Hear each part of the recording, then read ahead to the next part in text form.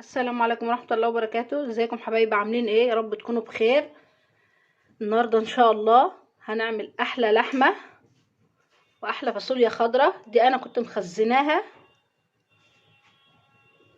بصل وتوم، توابل لحمة وفلفل وكزبرة وبابريكا وحبهان مطحون ورشة من جوز الطيب وورق لوري. دي المكونات بتاعتنا. ومعايا عصير طماطم، معايا ميه سخنه على النار هنزل فيها بالتوابل وبالبصل والثوم. جربوها بالطريقه دي حلوه قوي عن ما تشوحيها. وبالله عليكم ما تنسونوش في لايك وشير وتفعلوا الجرس، واللي مش مشترك عندي ينزل يشترك عشان يوصلوا كل حاجه حلوه انا بعملها دايما. وبالله عليكم اقفوا جنبي وساعدوني. هنزل بمعلقه من السمنه البلدي تدينا برضو طعم حلو على ما الميه تغلي عشان اسقط اللحمه. كده الميه غلت اهي، نسقطوا اللحمه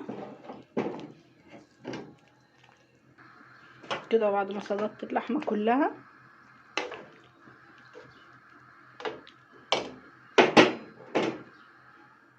هغطي عليها لحد ما تستوي.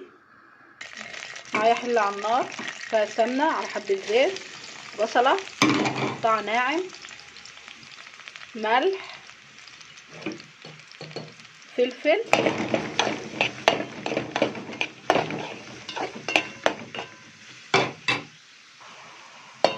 كده خلاص البصله خدت اللون الحلو.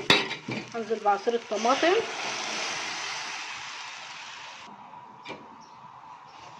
هنزل بملح وفلفل ومكعب، وانا حطيت فصين توم. اغطي عليها لحد ما تتسبك. كده الصلصه بعد ما اتسبكت هنزل بالفاصوليا،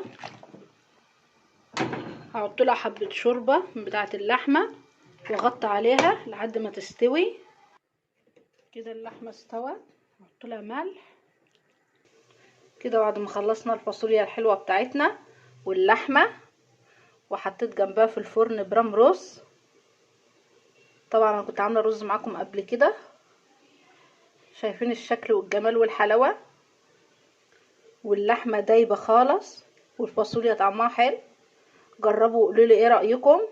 ولو الوصفه بتاعتي عجبتكم ما تنسونوش في لايك وشير وتفعلوا الجرس، واللي مش مشترك ينزل يشترك عشان يوصلوا كل حاجه حلوه انا بعملها. وبالله عليكم انا بطلب من اخواتي وحبايب قلبي يقفوا جنبي وساعدوني بالله عليكم، لان يعلم ربنا والله انا فاتحه القناه دي ازاي، ومحتاجه اخواتي وحبايبي يقفوا معايا. ما تنسونوش في لايك وشير. مع السلامه.